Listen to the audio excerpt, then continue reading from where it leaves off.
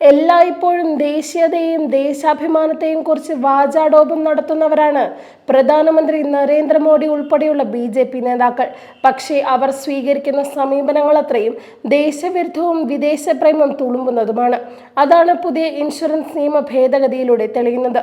എല്ലാവർക്കും ആരോഗ്യ പരിരക്ഷ, എല്ലാവരുടെയും സംരക്ഷണം എന്നൊക്കെ പേരിൽ ചേർത്തിട്ടുണ്ടെങ്കിലും സബ്കാ ബീമ സബ്കി രക്ഷ ഇൻഷുറൻസ് നിയമ ഭേദഗതി ബിൽ 2025 വിദേശ പ്രേമമാണ് പ്രകടമാക്കുന്നത്. ജനസംഖ്യയിൽ 1-ാം സ്ഥാനത്തും കേരളം പോലുള്ള അപൂർവം സംസ്ഥാനങ്ങളിലൊഴികെ പൗരന്മാർക്ക് ആരോഗ്യ പരിരക്ഷ ഒരുക്കുന്നതിൽ ഏറ്റവും പിന്നിലും നിലനിൽക്കുന്ന രാജ്യത്ത് ഇൻഷുറൻസ് പദ്ധതി വളരെയധികം പ്രാധാന്യമുള്ള ഒന്നാണ്. സർക്കാർ സ്വകാര്യ ആശുപത്രികളെ ആരോഗ്യ പരിപാലനത്തിന് ആശ്രയിക്കുന്നവർക്ക് വലിയൊരു അത്താണിയാണ് വിവിധ ഇൻഷുറൻസ് പദ്ധതികൾ. നവ ഉദാരവൽക്കരണ നയത്തിന്റെ ഫലമായി പൊതുമേഖലാ ഇൻഷുറൻസ് കമ്പനികൾക്ക് പുറമെ നിരവധി സ്വകാര്യ സംരംഭകരും ഈ രംഗത്തേക്ക് കടന്നു വരികയുണ്ടായി. അതും കടന്ന് വിദേശ സംരംഭകർക്ക് ഇന്ത്യൻ ഇൻഷുറൻസ് കമ്പനികളിൽ 100% ഓഹരി പങ്കാളിത്തം അനുവദിക്കുന്നു എന്നതാണ് ഈ ബില്ലിന്റെ ഏറ്റവും പ്രധാനപ്പെട്ട സവിശേഷത. നിലവിലുള്ള 74% എന്ന FDI പരിധിയാണ് ഇങ്ങനെ ഉയർത്തുന്നത്. ഇതിലൂടെ ഇന്ത്യയിലെ ഇൻഷുറൻസ് കമ്പനികൾ വിദേശ കോർപ്പറേറ്റുകളുടെ കയ്യിലെത്തും.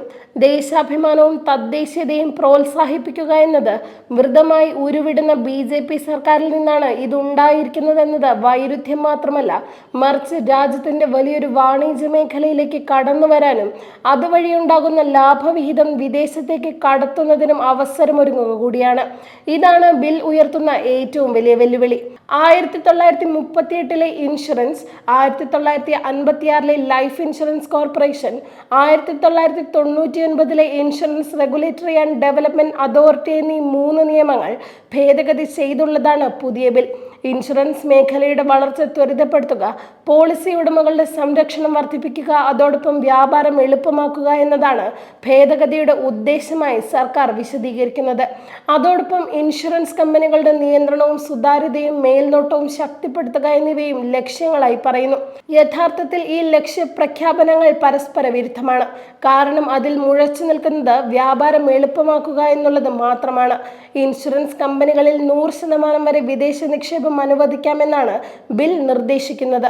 അതിനു മുൻപ് പ്രമുഖ പൊതുമേഖലാ ഇൻഷുറൻസ് സംരംഭമായ ലൈഫ് ഇൻഷുറൻസ് കോർപ്പറേഷനുമായി ബന്ധപ്പെട്ട ചില കണക്കുകൾ പരിശോധിക്കേണ്ടതുണ്ട്. LIC കഴിഞ്ഞ ഓഗസ്റ്റിൽ കേന്ദ്ര സർക്കാരിന് ലാഭവിഹിതമായി നൽകിയത് 7324.34 കോടി രൂപയായിരുന്നു.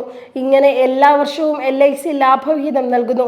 ഇതിനു പുറമെ വിവിധ അടിസ്ഥാന സൗകര്യ വികസന മേഖലകളിലും LIC സർക്കാരിനെ സഹായിക്കുന്നു. 2025 സെപ്റ്റംബർ 30 അവസാനിച്ച 2-ാം പാദത്തിൽ LIC അറ്റാദായത്തിൽ 31% വളർച്ച രേഖപ്പെടുത്തി.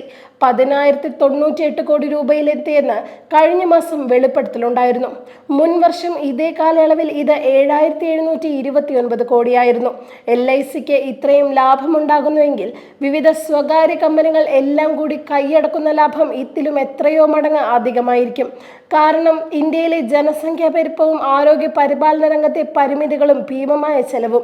ഈ പശ്ചാത്തലത്തിലാണ് രാജ്യത്തെ ഇൻഷുറൻസ് മേഖലയിലേക്ക് വിദേശ സംരംഭകർക്ക് ചുവപ്പ് പരവതാനി വിരിക്കുന്നതിന് പിന്നിലെ സാമ്പത്തിക ശാസ്ത്രം വെളിച്ചത്ത് വരുന്നത്. വർദ്ധിച്ചു വരുന്ന ജീവിത ചെലവിനൊപ്പം ചികിത്സാ ചെലവും താങ്ങാനാകാത്ത ബഹുഭൂരിപക്ഷം ആളുകളും ഇൻഷുറൻസ് കമ്പനികളുടെ പരിരക്ഷയെ ആശ്രയിക്കുന്നുണ്ട്. അതിനാൽ തന്നെ വൻതോതിലുള്ള ലാഭം ഓരോ കമ്പനികളും കൈയടക്കുന്നുമുണ്ട്. വിദേശ സംരംഭകർ ഓഹരികളെടുത്ത ഇന്ത്യൻ ഇൻഷുറൻസ് കമ്പനികളിൽ പങ്കാളികളാകുമ്പോൾ ലാഭവിഹിതം പൂർണ്ണമായും വിദേശത്തേക്ക് ഒഴുകാനിടയാകുന്നുവെന്നല്ലാതെ ഇതുകൊണ്ട് പൗരന്മാർക്ക് എന്തെങ്കിലും മെച്ചമുണ്ടാകുന്നില്ല. സാധാരണ ജനങ്ങൾ അത്യധ്വാനത്തിലൂടെ സ്വരൂപിച്ചേൽപ്പിക്കുന്ന ഇൻഷുറൻസ് തുകയിൽ നിന്നുള്ള വൻ ലാഭം വിദേശത്തേക്ക് പോകുന്നു എന്നതിൽ മറ്റപകടങ്ങളുമുണ്ട്. ഇവിടെയുള്ള വികസന പ്രവർത്തനങ്ങൾക്കും ക്ഷേമാവശ്യങ്ങൾക്കും വിനിയോഗിക്കേണ്ട വിഹിതം ഇല്ലാതാകുന്നുവെന്നത് ഒന്ന്. രണ്ടാമതായി, രാജ്യത്തിന്റെ പണം പുറത്തേക്ക് പോകുന്നത് ആഭ്യന്തര സാമ്പത്തിക വിനിമയത്തെ ബാധിക്കുകയും തകർച്ചയ്ക്ക് വഴിവെക്കുകയും ചെയ്യും. അതുകൊണ്ട് ഈ നീക്കം രാജ്യ താൽപര്യത്തിനെതിരാണ്.